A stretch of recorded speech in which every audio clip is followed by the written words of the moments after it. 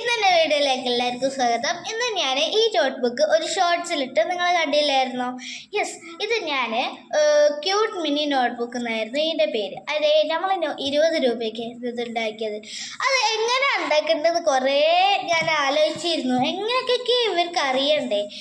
ഞാൻ വിചാരിച്ചു ഓക്കെ ഇന്ന് പറഞ്ഞെടുക്കാം.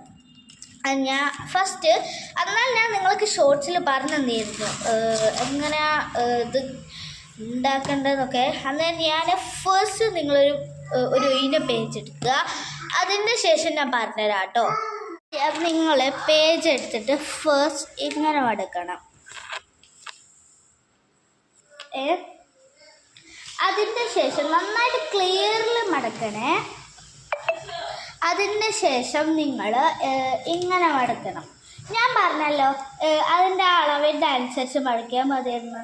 അത് ഞങ്ങൾ 5 സെൻറ്റിമീറ്റർ എങ്ങനെയെങ്കിലുമൊക്കെ ഒന്ന് ഇതാക്കുക. എങ്ങനെയെങ്കിലും ഏകദേശം ഞാൻ നല്ലോണം ക്ലീനായിട്ട് ഉണ്ടാക്കും കേട്ടോ. ഓക്കെ, അതിൻ്റെ ശേഷം നിങ്ങൾക്ക് കത്രിക എടുത്തിട്ട് ഞാൻ പറഞ്ഞുതരാം.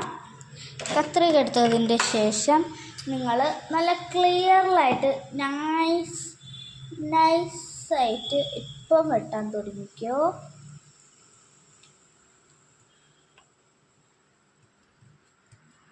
ഓക്കെ, എന്നിട്ട് റോഡ് പോലെ വളഞ്ഞിട്ട് നല്ല ക്ലിയറിലായിട്ട് ഇങ്ങനെ വരാം. അത്രേ ഉള്ളൂ. എന്നിട്ട് നിങ്ങൾക്ക് സ്ലേപ്പറോ പശയോ എടുത്തിട്ട് ഒട്ടിക്കാനുള്ള എന്തെങ്കിലും ഉണ്ടാവുമല്ലോ. അയ്യോ, ബാക്കിൽ കുറച്ച് പേജ് ഉണ്ടായിരുന്നില്ല, അത് നമുക്ക് ആവശ്യമില്ല.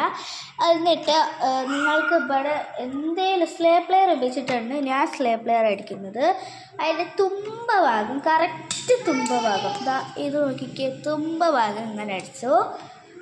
ഓക്കെ,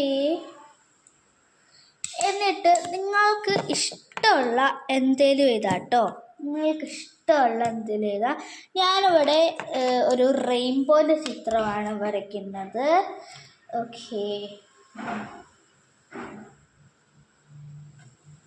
ഓക്കെ ഏകദേശം തെറ്റിയൊക്കെ പോവും.